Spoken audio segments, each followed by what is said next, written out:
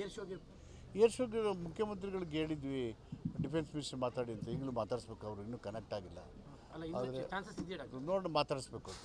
ಈಗ ನಿನ್ನೆ ಸಿಎಂ ಅವರ FIR ಕೂಡ ದಾಖಲಾಗಿದೆ. ರಾಜೀನಾಮೆ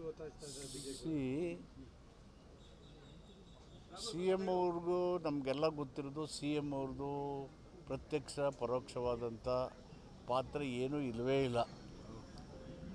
ಅವರು ನೆಪೋಟಿಸಮ್ ಇಲ್ಲ, ಕರಪ್ಷನ್ಲು ಇಂಡಲ್ಜ್ ಆಗಿಲ್ಲ.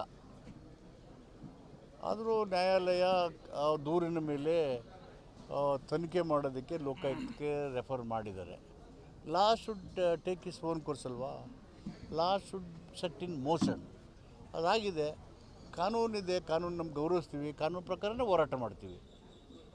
ಈಗ ದೇಶದಲ್ಲಿ ಸುಮಾರು ನೂರಾರು ಜನಪ್ರತಿನಿಧಿಗಳೇ FIR ಆಗಿದ್ದಾವೆ. ಲ್ಯಾಂಡ್ ಗ್ರ್ಯಾಬಿಂಗ್ ಇರ್ಬೋದು, ಬೇರೆ. ಈಗ ನಿರ್ಮಲಾ ಸೀತಾರಾಮನ್ಗೂ ಆಯಿತು ಅಂತ ಕೇಳಿದೆ ನಾನು, ಅವ್ರಿಗೂ. ಆ ಕೇಸು ಆಗೋಕ್ಕಿಂತ ಮೊದಲೇ ನಿನ್ನೆ ನಿಮಗೆ ಬೆಳಗ್ಗೆನೇ ಮಾತಾಡಿದೆ. ಎಲೆಕ್ಷನ್ ಬಾಂಡ್ದು ಹೆಂಗೆ ಸೀಕ್ರೆಟ್ ಅದು ಗೊತ್ತೇ ಆಗಬಾರ್ದು ಅಂತ ಕಾಯ್ದೆ ಮಾಡಿ ಯಾವ ರೀತಿ ಸಾವಿರಾರು ಕೋಟಿನ BJP ಅವರು ಲೂಟಿ ಮಾಡಿದ್ದಾರೆ ಅಂತ ಹೇಳಿದೆ. ಸೊ ಅದು ಅವ್ರಿಗೆ ಬಂದಮೇಲೆ if the say Siddaramaiah should resign, how can prime minister can remain? How can prime minister can remain? How can party president mister Nadda can remain in office? ಬೇರೆಯವ್ರಿಗೆ ಆಗಿದೆಯಲ್ಲ, ಕುಮಾರಸ್ವಾಮಿ ಅವ್ರಿಗೆ ಆಗಿದೆ, ಬೇರೆಯವ್ರಿಗೆ ಲೋಕಾಯುಕ್ತ ಇದಾಗಿದೆ. How can the remain in office? ಒಂದು ಮಾತಾಡೋಗೆ ಅವರು ಕರೆಕ್ಟಾಗಿದ್ದಾರೋ ಇಲ್ಲೋ ಗೊತ್ತಾಗಬೇಕಲ್ಲ, ಅವ್ರಿಗೆ ಮೊರಾಲಿಟಿ ಇರಬೇಕಲ್ಲ. ಸರ್, ಇನ್ ಜನರಲ್ ಆಗಿ ಎಲ್ಲ ಪಕ್ಷದಲ್ಲಿ ಈ ಥರ ನೈತಿಕತೆ ಅನ್ನೋದು ದೂರ ಆಗ್ತಾ ಇಲ್ಲ. ಯಾಕೆಂದರೆ ರಾಮಕೃಷ್ಣ ಹೆಗಡೆ ಟೆಲಿಫೋನ್ ಹಗರಣದಲ್ಲಿ ರಾಜೀನಾಮೆ ಅದು ಏನಕ್ಕಿದೆ ನೋಡಿ, ಹೋರಾಟದ ಜೀವನದಿಂದ ಸಾರ್ವಜನಿಕ ಜೀವನಕ್ಕೆ ಬಂದವರಲ್ಲ. ಹೋರಾಟದ ಹಿನ್ನೆಲೆ ಇರದಿರೋರಿಗೆ ನೈತಿಕತೆ ಆಗಲಿ ಮೊರಾಲಿಟಿ ಆಗಲಿ ಇರೋಕ್ಕೆ ಸಾಧ್ಯನೇ ಇಲ್ಲ. ಯಾವುದೋ ಕಾರಣಕ್ಕೋ ಎಲ್ಲೋ ಮಾಡಿ ಏರಳ ಹಣ ಸಂಪಾದನೆ ಮಾಡಿಕೊಂಡು ಅವಕಾಶಗಳು ಬಳಸ್ಕೊಂಡು ರಾಜಕೀಯಕ್ಕೆ ಬಂದ ತಕ್ಷಣ ಅವರು ಡೆಮೋಕ್ರೆಟ್ಸ್ ಅಂತ ಹೇಳೋಕ್ಕಿಲ್ಲ, ಸಂವಿಧಾನದ ಪರನೂ ಇದ್ದಾರೆ ಅಂತ ಹೇಳೋಕ್ಕಾಗಲ್ಲ. ಏನು ಬರುತ್ತೆ ಬಾಯಿಗೆ ಹಂಗೆ ಮಾತಾಡ್ತಾರೆ. ನೋಡಿ, ಪ್ರಜಾಪ್ರಭುತ್ವ ಅನ್ನೋದು ಒಂದು ಅಮೂಲ್ಯವಾದಂಥ ವಸ್ತು. ನಮಗೆ ಅಮೂಲ್ಯವಾದ ವಸ್ತುವನ್ನು ಬೆಲೆ ಕಟ್ಟೋಕ್ಕಾಗಲ್ಲ, ಅದು ಕಳ್ಕೊಳ್ಳೋಕ್ಕೂ ಆಗಲ್ಲ. ಪ್ರಜಾಪ್ರಭುತ್ವದ ಅಮೂಲ್ಯವಾದ ವಸ್ತುನ ರಕ್ಷಣೆ ಮಾಡೋದು ಪ್ರಜಾಪ್ರಭುತ್ವದ 4 ಆಧಾರ ಸ್ತಂಭಗಳ ಜವಾಬ್ದಾರಿ ಮತ್ತು ಕರ್ತವ್ಯ.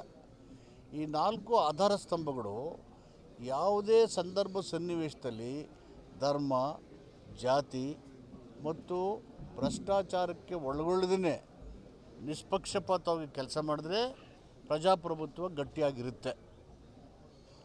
ಇವು ಇದಕ್ಕೂ ಪ್ರಭಾವಕ್ಕೂ ಈ 4 ಸ್ತಂಭಗಳು ಪ್ರಭಾವಕ್ಕೆ ಒಳಗಾದರೆ ಪ್ರಜಾಪ್ರಭುತ್ವ ಅಂಡರ್ಮೇನ್ ಆಗುತ್ತೆ. ಇದೇ ಕಾರಣಕ್ಕೆ ಜಾತಿ, ಧರ್ಮ, ಭ್ರಷ್ಟಾಚಾರ ಈ ವಿಚಾರಗಳನ್ನು ಮೈಗೂಡಿಸ್ಕೊಬರೋರ ಸಂಖ್ಯೆ ಜಾಸ್ತಿ ಆದರೆ ಪ್ರಜಾಪ್ರಭುತ್ವ ನಷ್ಟ ಆಗುತ್ತೆ. ಜನರಿಗೆ, ರಾಜ್ಯಕ್ಕೆ, ದೇಶಕ್ಕೆ ನಷ್ಟ ಆಗುತ್ತೆ ಅಂತ ಅರ್ಥ.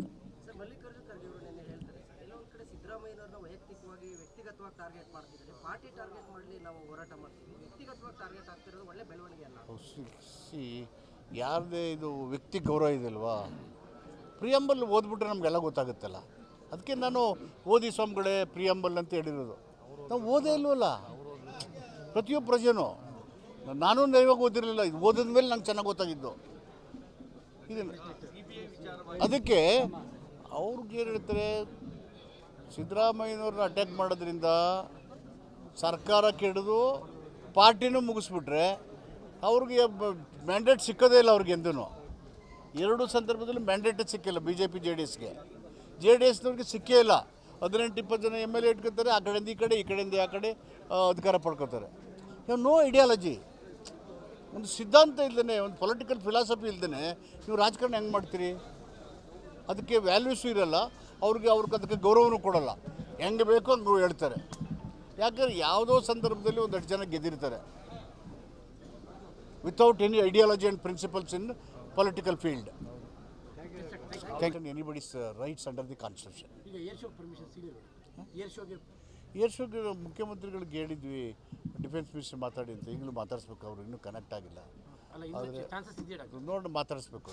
ಡಾಕ್ಟರ್, ಈಗ ನಿನ್ನೆ CM ಅವರ ವಿರುದ್ಧ FIR ಕೂಡ ದಾಖಲಾಗಿದೆ. ರಾಜೀನಾಮೆಗೆ ಒತ್ತಾಯಿಸ್ತಾ ಇದ್ದಾರೆ ಬಿಜೆಪಿ.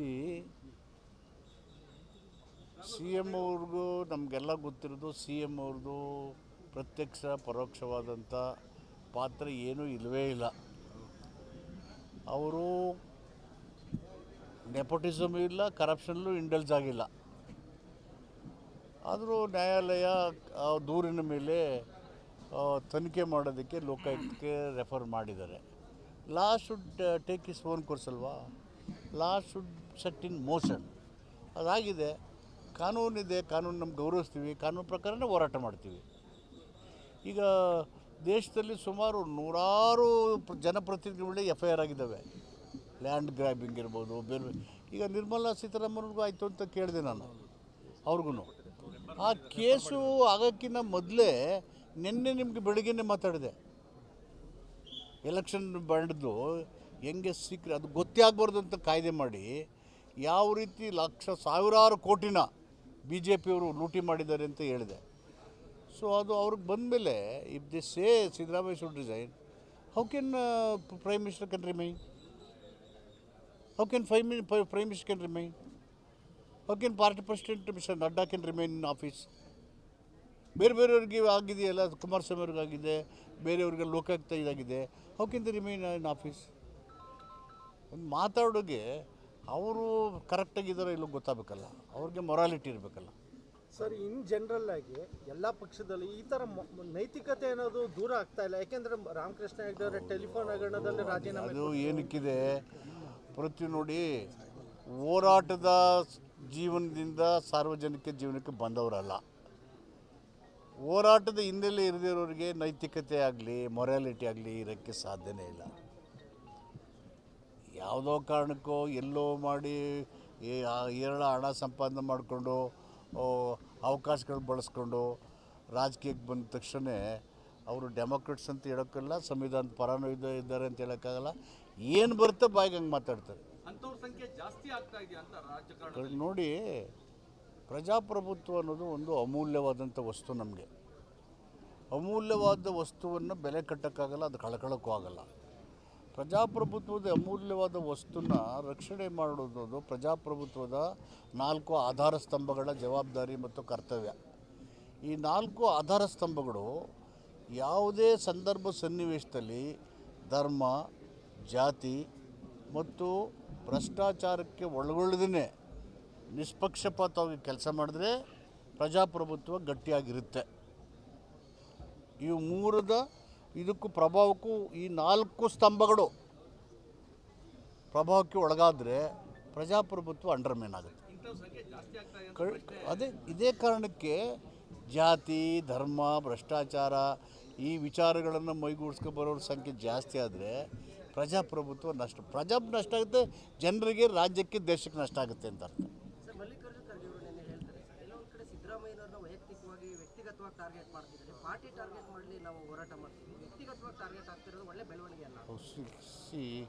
ಯಾರದೇ ಇದು ವ್ಯಕ್ತಿ ಗೌರವ ಇದೆಯಲ್ವಾ, ಪ್ರಿಯಂಬಲ್ ಓದ್ಬಿಟ್ರೆ ನಮಗೆಲ್ಲ ಗೊತ್ತಾಗುತ್ತಲ್ಲ. ಅದಕ್ಕೆ ನಾನು ಓದಿ ಸ್ವಾಮಿಗಳೇ ಪ್ರಿಯಂಬಲ್ ಅಂತ ಹೇಳಿರೋದು.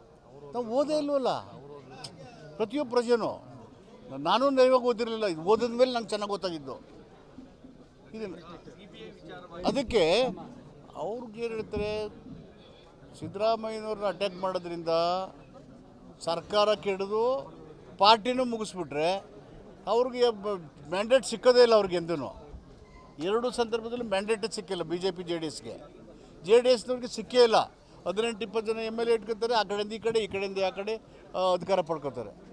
ನೋ ಐಡಿಯಾಲಜಿ, ಒಂದು ಸಿದ್ಧಾಂತ ಇಲ್ಲದೇ, ಒಂದು ಪೊಲಿಟಿಕಲ್ ಫಿಲಾಸಫಿ ಇಲ್ಲದೇ ನೀವು ರಾಜಕಾರಣ ಹೆಂಗೆ ಮಾಡ್ತೀರಿ? ಅದಕ್ಕೆ ವ್ಯಾಲ್ಯೂಸು ಇರಲ್ಲ, ಅವ್ರಿಗೆ ಅದಕ್ಕೆ ಗೌರವನೂ ಕೊಡೋಲ್ಲ. ಹೆಂಗೆ ಬೇಕೋ ಹಂಗೆ ಹೇಳ್ತಾರೆ. ಯಾಕಂದರೆ ಯಾವುದೋ ಸಂದರ್ಭದಲ್ಲಿ 1 ಜನ ಗೆದ್ದಿರ್ತಾರೆ without any ideology and principles in political field. Thank you.